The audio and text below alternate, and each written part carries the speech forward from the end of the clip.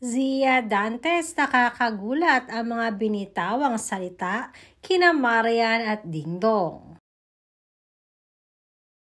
Sa kabila nga ng mga intrigang kinakaharap ng mag-asawang Dingdong Dantes at Marian Rivera, ay hindi naman ito naging hadlang upang maging matibay ang kanilang pagiging magulang sa kanilang mga anak. Sa palaging ang sinasabi ni Marian na ang priority nila ni Dingdong ay ang kanilang mga anak.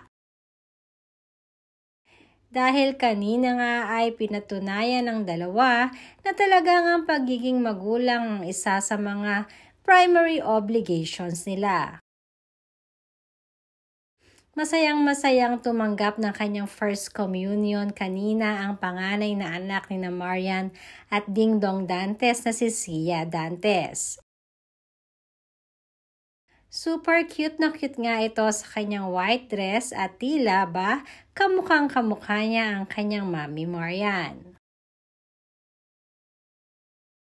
At sa mga video nga sa social media ay kitang-kita naman ang saya ni Marian at ni Dingdong. Isa nga ito sa mga moments na talaga namang itinetreasure ng Marian at Dingdong dahil isa itong maituturing na milestone para sa kanilang anak.